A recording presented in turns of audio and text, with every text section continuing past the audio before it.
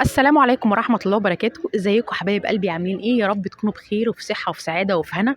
النهاردة يوم مختلف ويوم بالنسبة لي كده منطلق، ويوم كله حيوية.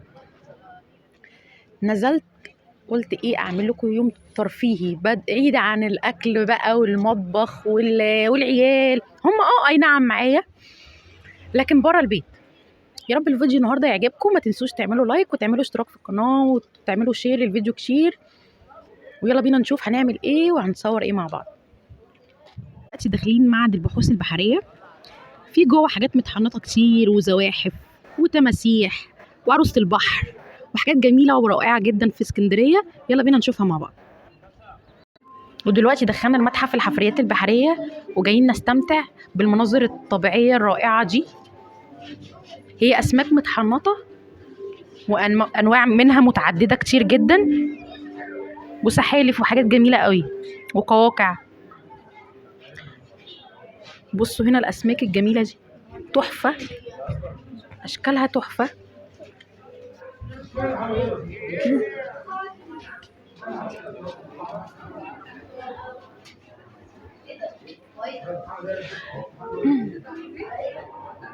الأعشاب المرجانية متعددة الأشكال، وقواقع برضو شكلها حلو قوي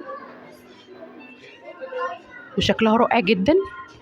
في أشكال كتير قوي احنا ممكن ما أنا عن نفسي ممكن ما بقاش عارفة هي ايه، بس شكلها مبهج.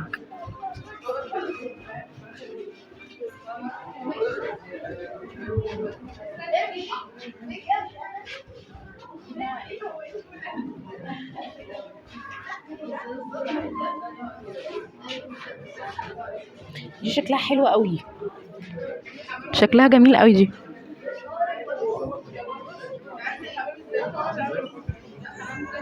ده احنا في جمال في اسكندرية ما نعرفش عنه حاجة خالص.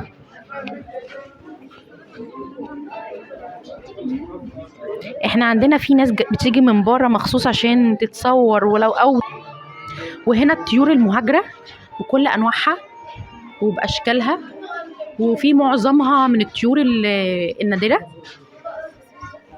وعلى فكرة هي حاجات حقيقية بس متحنطة بطريقة معينة.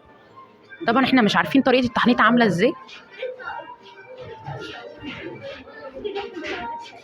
لكن كل المعلومات اللي انا اقدر افيدكم بيها ان دي حاجات حقيقية ومحنطينها.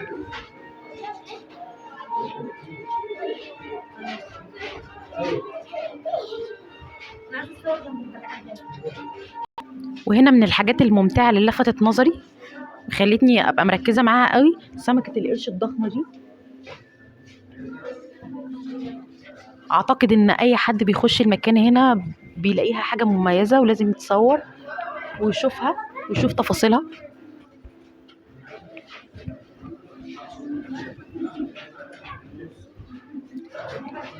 تقريبا دي اكبر سمكة قرش.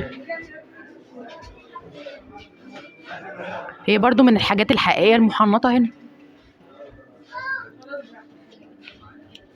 وهنا بقى معظم الطيور والزواحف. هنا طائر الرفراف الازرق. هنا في طيور متنوعة كتير والوانها مختلفة واحجامها مختلفة واشكال متعددة كتير جدا. طائر البلبل وطائر الغر. في طيور هنا معظمها طيور احنا احنا نفسنا مش عارفين اسامي الطيور بصراحة. مش كل الطيور اللي عارفين اساميها. طائر البرشلون ده البرشلون.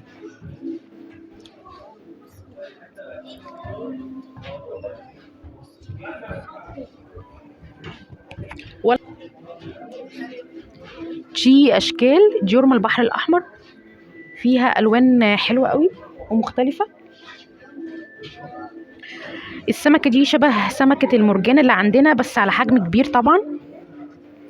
هي طبعا ما عندناش هنا اسماك البحر الاحمر، لكن شكلها حلو قوي.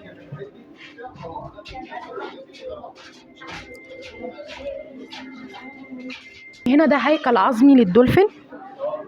ده الهيكل بتاعه. يا سبحان الله، على التفاصيل.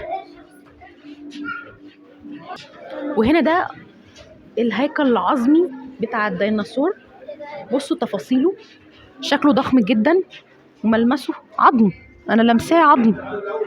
يا سبحان الله، سبحان الخالق.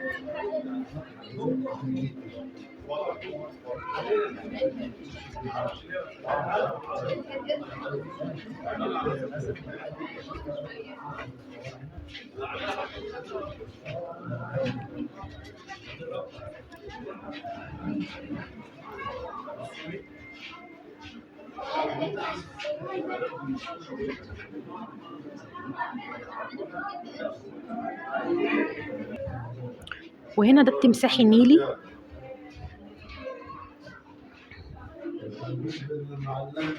افريقي،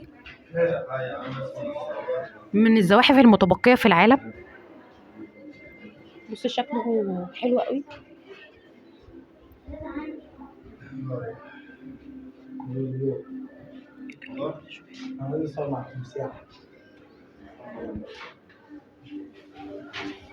هنا وهنا ده الاسفنج اللي بيبقى في قاع البحر بكل انواعه وباشكاله. في منه طبعا اسماء متعدده واشكال متعدده.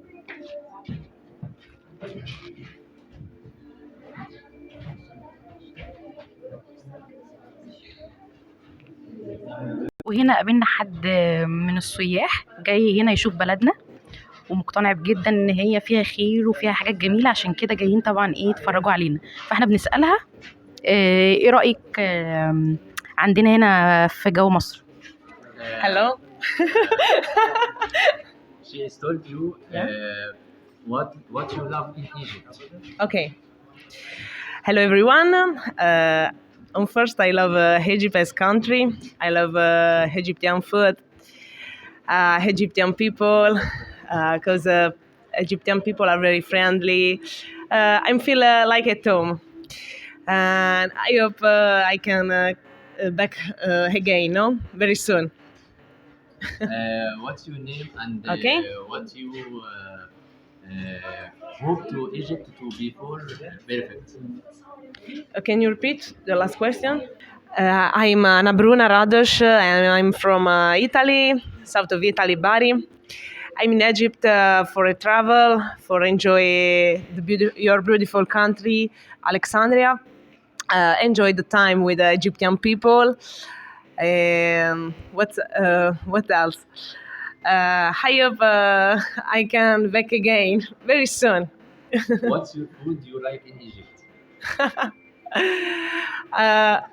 First, I love Arabic bread. Yes. Are you eat mulukhiyah? No. Koshari? No. طعميه. Food. Maybe, I don't know. I eat and stuff. Eat and go. Yeah, I love it because I'm Italian. Yeah. Okay, thank you. وكنا مستضيفين حد معانا من بره، كان بيشكر في مصر جدا وبيقول علينا احسن الكلام، وكان معجب بينا جدا وبتفاصيلنا. هل بقى ينفع ان احنا نكون هنا هو ومش عارفين حاجه عن بلدنا؟ فتعالوا بقى نشوف احنا نصور ايه. هنا ده عريس البحر وهيكل العظمي بتاعه، وطبعا شكله واضح جدا وباين تفاصيله. هنا بقى معظم الاحجار او الاحجار المتنوعه باشكالها. بصوا منظر الاحجار عامل ازاي، ليها اشكال سبحان الله، سبحان الخالق يعني. بصوا اشكالها مختلفه جدا، والحاجات دي دايما بنلاقيها في البحر لما بنروح نصيف بقى، وانتوا فاهمين طبعا الكلام ده. بصوا احنا بنلعب بيها، هم بيحنطوها في المتحف بيتفرجوا عليها الاجانب. يعني عايزين نعرفكم ان في عظمه في بلدنا، عظمه زي ما فيها في حاجات كتير قوي فيها حلوه. لو تشوفوا كميه الناس او كميه الناس اللي جايين من بره عشان يشوفوا بلدنا. دي طبعا سحالف او السحلفه،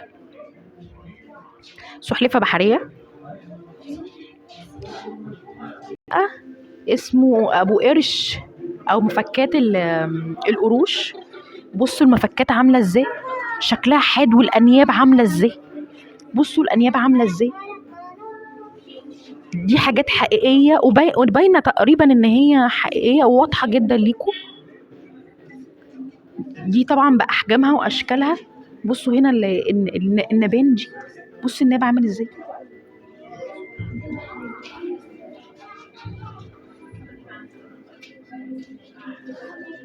ودي سمكة عملاقة بس مش عارفين صراحة اسمها ايه، مش عارفين اسمها ايه خالص. هي اسمها الحدايات او اسمها البقرة المنقطة. فطبعا احنا بنشوفها دايما عندنا، بتبقى هي مش باينة النقط بتاعتها قوي هنا، لكن هي بتبقى معظمها منقطة، بتبقى بيضة وبتبقى منقطة هنا، ممكن تكون واضحة شوية. احنا كلنا عارفينها طبعا. هنا بقى تعريفها وتفاصيلها للي حابب يعرف التفاصيل بتاعتها. البحر الأحمر هنا معظم الأسماك هنا ألوانها التحفة المميزة، في بهجة كده في الألوان. بصوا هنا الألوان عاملة ازاي.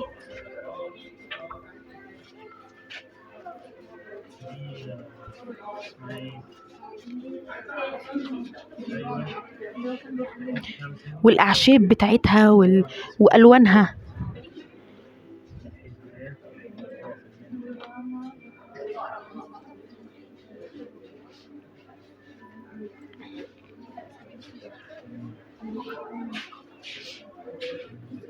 ألوانها مميزة جدا. هنا كانت انتهت جولتي في المتحف البحري، وكنت مستمتعة جدا بالحاجات اللي أنا شفتها. يا رب انتوا كمان تكونوا مستمتعين. ما تنسوش تعملوا لايك وتعملوا شير وتعملوا سبسكرايب عشان يوصلكم مني كل جديد. بما اني بقى هنا وصلنا في الجو ده، طبعا انا ماسكه ايد لا يهرب مني، عشان اياد ممكن ينطلق ويعمل حاجات ما حدش يعلم بيها. فعجبني قوي الجو هنا، فقلت اخد لكم اللقطه دي. بصوا المنظر هنا تحفه قوي، والناس هنا مستمتعه والجو رايق ولذيذ. بس بصراحه الجو سقع بدأ يعني، فانا يعني هبدأ ان انا بصوا هنا بقى الجو عامل ازاي، وهنا القلعه باينه وشكلها تحفه. بصوا المنظر، شايفين الجو عامل ازاي، والعلم بتاعنا مرفرف ازاي، ظاهرين يا جدعان وربنا هنا يعني. ودلوقتي بقى احنا قعدنا عند عزة الفرع اللي في بحري، طلبنا الاوردر. دلوقتي بقى زمانه جاي في السكه، قلنا بقى نقعدوا ريست كده، بما ان كانت جولتنا النهارده كانت كبيره، لسه مكملين مع بعض، لكن قلنا حبه كده نفصل. ودلوقتي بقى اول ما يجينا الايس كريم هناكله معاكم طبعا. جالي الاوردر اهو بتاعها. انا طلبت بصراحه طلبت مانجا وحليب عشان انا بحب المانجا والحليب، فبما اني طلبت مانجا وحليب وانا طالبه بسكوته، فاعتقد ان دي ملهاش علاقه خالص بيا، وان احنا كلها كده. انا عايله قوي بصراحه.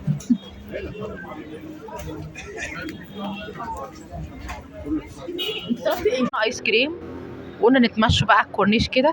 الجو بقى احنا بقينا بالليل، احنا طبعا بقينا منطلقين من الصبح، ف الوقت اخدنا ولقينا نفسنا بالليل من كتر الفرحه والسعاده اللي احنا كنا فيها النهارده. اعتقد الوقت جرى مننا، فقلت بقى نتصور هنا جنب المراكب دي، شكلها حلو. الجو بالليل برضو حلو، هو اي نعم الجو بقى ساقعه لكن بالليل حلو. بص هنا في مراكب صغيره شكلها حلو قوي. هي اساسا احلى متعه للواحد ان هو ينزل بالليل في الشتاء، يعني ده احسن جو الواحد ينزل فيه يتمتع بجو اسكندريه بصراحه. وطبعا ايس كريم بتاع استاذه مريم لسه ما خلصتهوش ساقع. وايه ده عامل عمايله، بص تعالى بس، تعالى اقول لك، انت النهارده عملت عمايلك كتير قوي. انا عايزه العب مع العيال دول. عايز تلعب مع العيال؟ دول بجد؟ طب انت النهارده اتبسطت؟ ايوه بجد. بص تعالى اقول لك، بص انت اكلت ايس كريم ايه النهارده؟ اكلت ايه؟ اكلت ايس كريم ايه؟ مانجا وفراولة. لا انت طلبت لنفسك ايه؟ فراولة بس. ليه؟ بس أحمد أعطاني فراولة طب انت طلبت فراوله ليه يعني؟ ليه؟ كده عشان أنا بحبه. بجد؟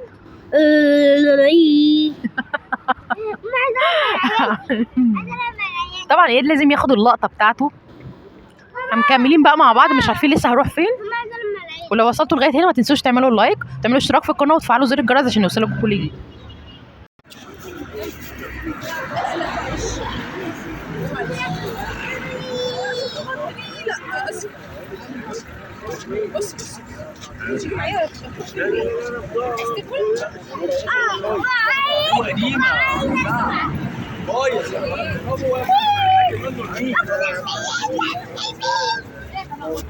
محدش يتفاجأ خالص.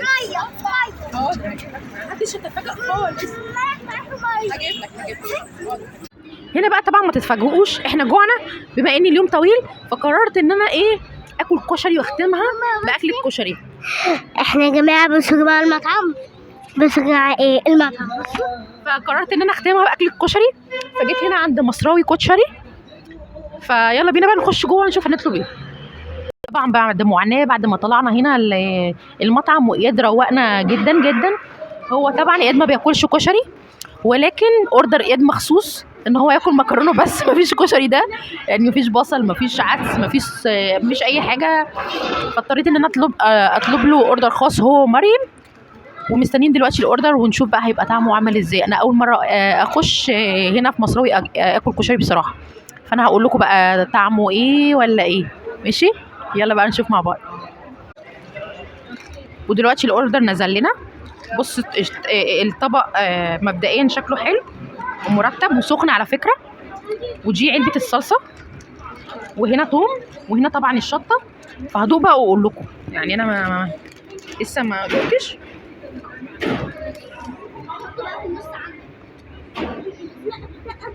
هي احلى حاجه ان الشكل حلو بصراحه، وهو سخن جدا.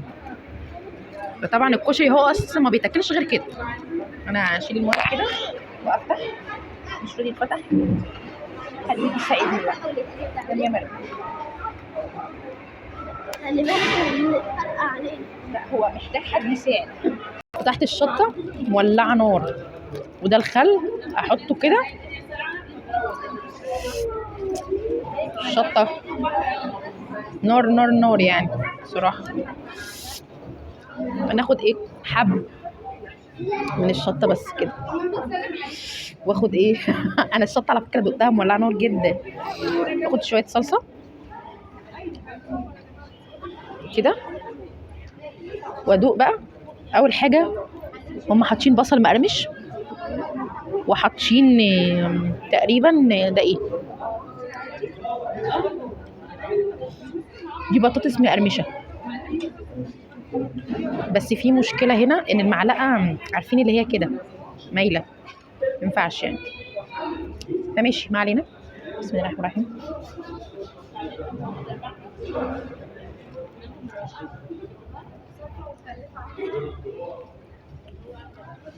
ومبدئيا كان طعمه حلو قوي، وانصحكم ان انتوا تيجوا هنا وسيبونا بقى ناكل ونرجع لكم تاني.